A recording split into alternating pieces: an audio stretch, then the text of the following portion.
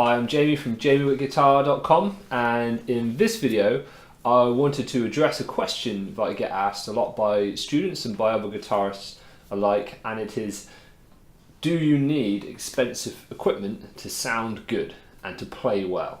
And the short answer is no. No, you don't. So I wanted to try to find a way to hopefully prove that to people, that you don't really need to spend the earth in order to be able to play well. And it's one sort of, I guess, slight pet peeve of mine, as well as the idea that musicians and guitarists can sometimes perhaps blame their equipment for why they don't sound or play the way that they want to play.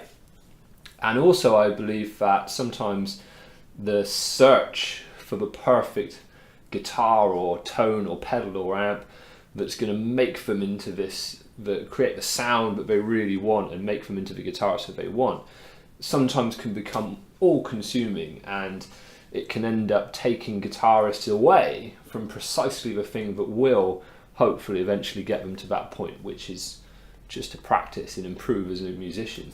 Now, absolutely what I'm not saying is that I think that to be interested and involved and to like looking for new equipment and gear is a bad thing. By all means, it's not. It can be a very inspiring thing for a lot of guitarists. You know, to get a new pedal might make them pick up and play the guitar more. To buy a new guitar might do the very same thing, and that's all fantastic. And I think if it's for the right motivations, it can be a very powerful thing.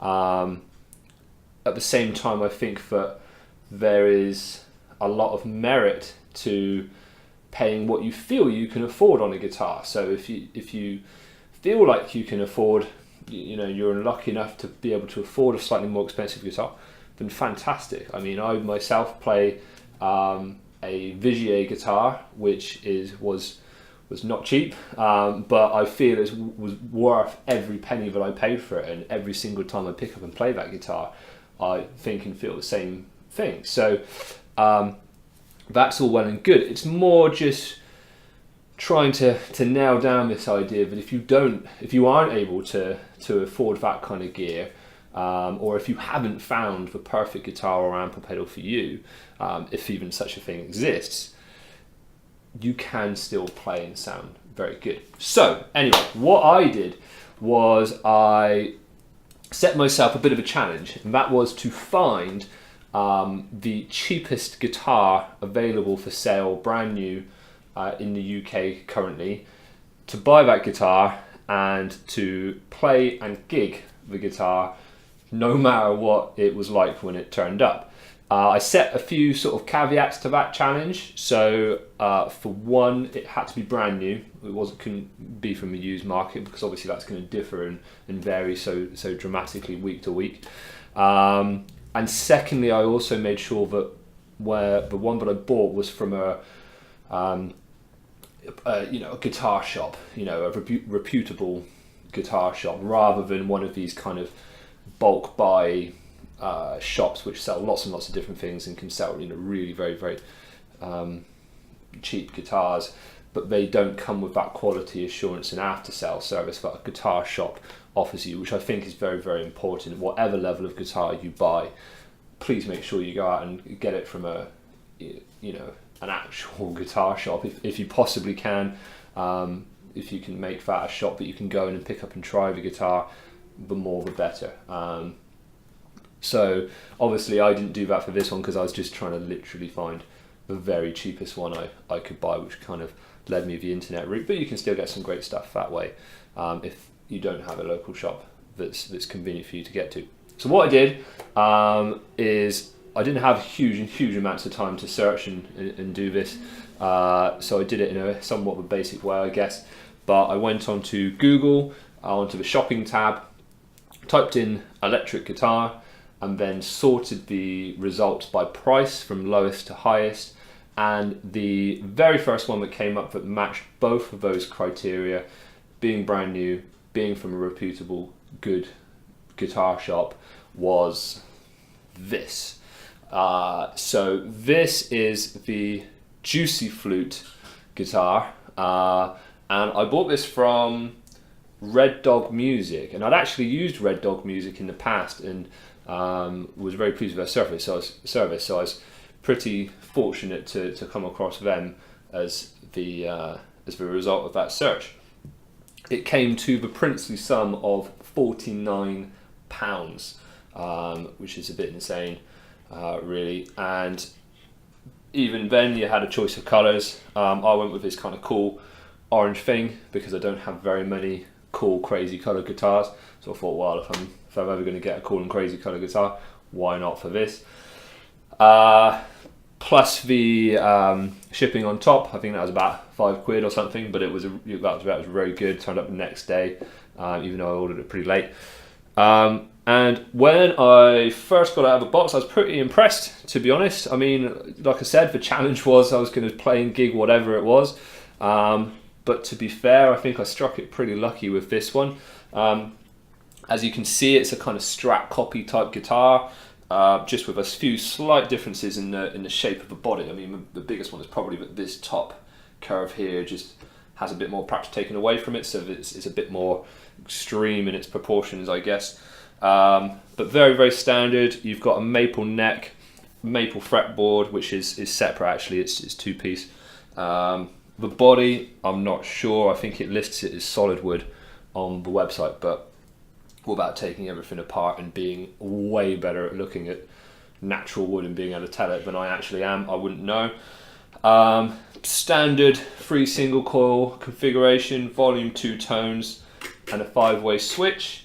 There's a vintage tremolo on there as well. The thing I was really quite impressed and surprised about was the tuning pegs. They're actually Grover with these kind of cool kidney button type things, and they're really good. I wasn't quite sure how they managed to pull that off at £49 to have those tuners on there, but that's a real advantage. I mean, if you're going to go down this route and you're looking at a more affordable guitar, one of perhaps the best updates you can make to your guitar, one of the best things that you can improve upon, is by changing the tuning pegs. So, because actually to get some aftermarket retrofit tuning pegs doesn't really cost the earth. You can go to places like Axes R Us, WD Music Products to get some really good ones for that for quite cheap. But I didn't need to do that. Came with some really good ones, which was cool.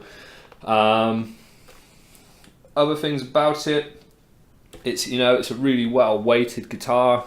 Feels really good on the strap as well. So when I gigged it, which I've got some footage at the end of this video, if you stick around to watch that of me gigging it. It's a really nice piece of maple on the neck. Actually, it's really cool and really nicely finished as well. It's got a great satin finish, so it feels really good to play, which is kind of cool. So I mean, overall, I was struck it pretty lucky with this one. And by no means am I suggesting that you're always going to get something of quite this quality. I mean, when you're this kind of price bracket, perhaps the results are going to vary a little bit, but then that's another really important factor in making sure that you buy from a reputable guitar shop. You know, these guys, they wouldn't still be in business if they were selling things which weren't, at the very least usable. So I think that's one of the reasons why that's such a good option to go to rather than these bulk buy places, for sure. So you heard me playing it at the very start there. All sorts of different sounds and tones you can get out of it. The playability really is very good.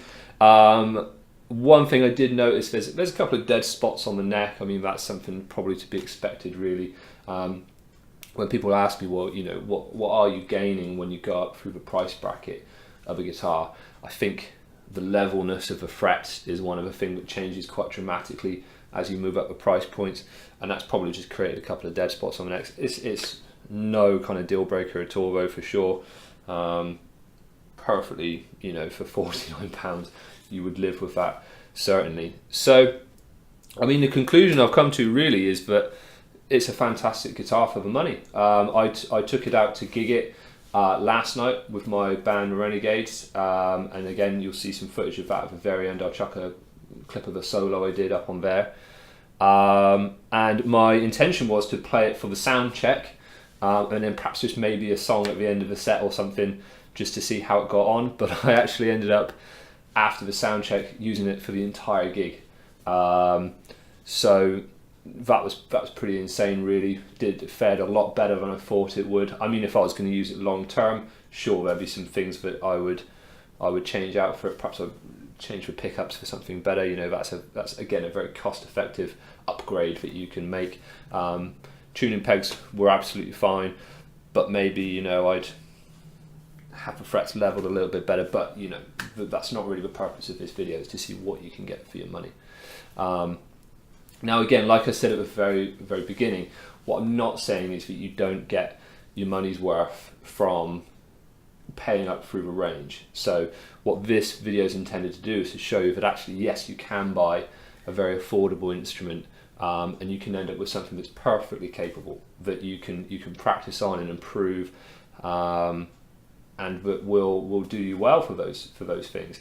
And even something that's giggable quality really was perfectly adequate for the gig last night, and I really enjoyed playing it actually. So the idea that you have to have very expensive guitars or more expensive guitars in order to sound good, I don't think is really founded. I think the thing that's going to make the biggest impact on your playing for sure is how much you practice, how much you put into your playing, and what you're doing. And yes, the guitar can help you with that if it plays well, but fundamentally it's going to be down to your fingers, which are going to make the biggest difference. I've always believed that a very good guitarist can pick up almost any guitar and make a good sound of that, and I stand by that. You want to make sure, of course, you know, that your guitar that you're playing is set up well, and is of a reasonable quality. Again, coming back to the idea that buying from a shop will hopefully help you with those things. But beyond that, I think that how you play and how you practice is the most important thing.